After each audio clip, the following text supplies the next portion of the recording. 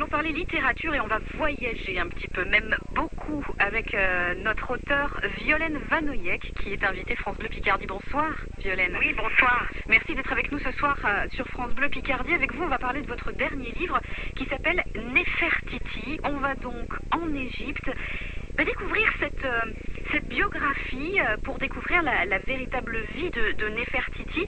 Néfertiti qui, un peu comme Cléopâtre, a toujours beaucoup fasciné. Qu'est-ce qui est si fascinant chez cette femme, Néfertiti?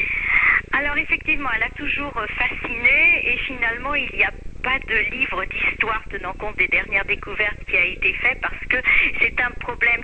Alors, ce qui fascine, c'est que déjà, elle est très mystérieuse. Elle a été découverte relativement récemment. On ne savait pas qu'elle avait régné. Ce qui fascine aussi, c'est que nous la voyons à travers le buste qui est exposé au musée de Berlin, mais qui ne représenterait pas Néfertiti, mais où ce modèle de sculpteur est absolument fabuleux. Et puis le fait aussi, évidemment, qu'elle a lancé des modes, comme la mode des perruques courtes, comme la mode des fourreaux, que l'on va retrouver à l'époque napoléonienne. C'est fou, hein, et qui était d'une grande beauté, dit-on. Alors, elle était, oui, si on regarde le buste de Berlin, effectivement, on voit que ce buste est très beau parce que le sculpteur Toutmès, donc sculpteur de la famille royale, avait choisi ses critères de beauté. Là, sur ce buste, il faisait travailler ses élèves. C'est la raison pour laquelle, d'ailleurs, un œil n'est pas achevé. On pense qu'il faisait travailler ses élèves sur la manière dont on pouvait réaliser les yeux à partir de pierres semi-précieuses, mais ça ne représenterait pas véritablement Néfertiti, malheureusement, et nous avons d'autres représentations, des statuettes où elle est assez petite, où elle a le visage assez austère et où elle est un peu bedonnante. Alors, ça n'a rien à voir en fait avec la réalité, mais vous savez, bon là on est dans le mythe, alors c'est très difficile de casser un mythe, mais la réalité est effectivement un petit peu différente, de même qu'elle n'aurait pas eu non plus l'influence auprès de son époux qu'on a bien voulu dire. Il n'empêche que ce qui est intéressant, c'est de savoir qu'elle adorait le dieu Aton Soleil autant que son mari, ce qui veut dire que quand on la voit dans des représentations de culte, elle est aussi présente, sinon plus présente que son époux, ce qui est quand même étonnant. Son époux qui était Akhenaton. Et son époux qui était Amenophis IV, qui s'est fait appeler Akhenaton, celui qui adore le dieu Aton.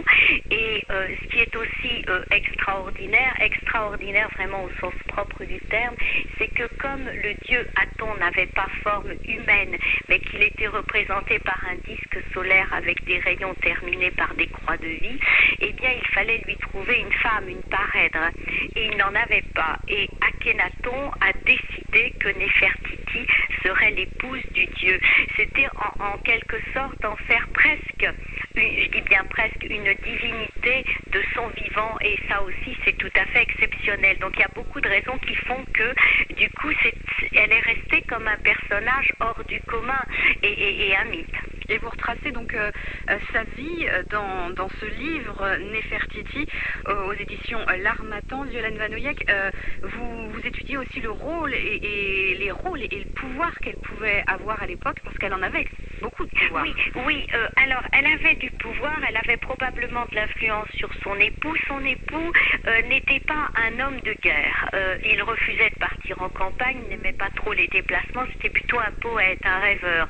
Et donc elle avait probablement cette fermeté, cette culture aussi, parce qu'elle connaissait sans doute plusieurs langues. Elle avait, comme Cléopâtre, une cour. Elle avait recréé des sortes de salons artistiques et littéraires où elle accueillait les savants du monde entier.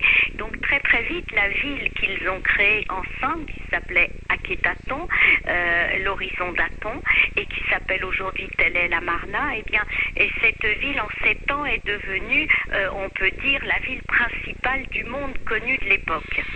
Alors, Violaine Vanoyec, vous restez avec nous. Dans quelques instants, on va continuer à en apprendre plus sur Néfertiti, votre livre, et puis sur ce grand personnage de l'histoire égyptienne. On va écouter le dernier